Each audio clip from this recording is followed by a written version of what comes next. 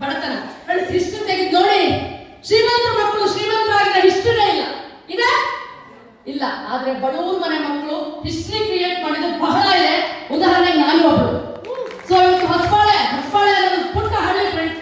ಆ ಹಳ್ಳಿಗೆ ಹೋದ್ರೆ ಇಂಥ ಸಂಜೀವನ ಮಗಳ ಇರ್ಬೇಕೇಳ ಅಂತಾರೆ. ಯಾಕೆ ಅಂದ್ರೆ ಇವತ್ತು ನಾನು ಶ್ರೀಮಂತ ಆಗಿದ್ದರೆ ಟೋಟಲ್ ಫ್ಯಾಮಿಲಿಗೆ ಏನು ಭರವಸೆ ಕೊಡಬೇಕು ಕೊಟ್ಟಿದ್ದೀನಿ. ತಂಗಿಯನ್ನು ಮದುವೆ ಮಾಡಿದ್ದೀನಿ, ಅಪ್ಪ ಅಮ್ಮನ ಮನೆ ಕಟ್ಕೊಟ್ಟಿದ್ದೀನಿ, ನಾನು ಕಾರ್ ತಗೊಂಡಿದ್ದೀನಿ, ನಾನು ಹ್ಯಾಪಿ ಆಗಿದ್ದೀನಿ, ಫ್ಯಾಮಿಲಿ ಎಜುಕೇಶನ್ ಇರ್ಬೋದು, ಎಲ್ಲರೂ ಒಬ್ಬ ಹೆಣ್ಮಗಳು ಮಾಡ್ಬೋದು ಅಂತಂದ್ರೆ ಫ್ರೆಂಡ್ಸ್ ನೀವು ಯೋಚನೆ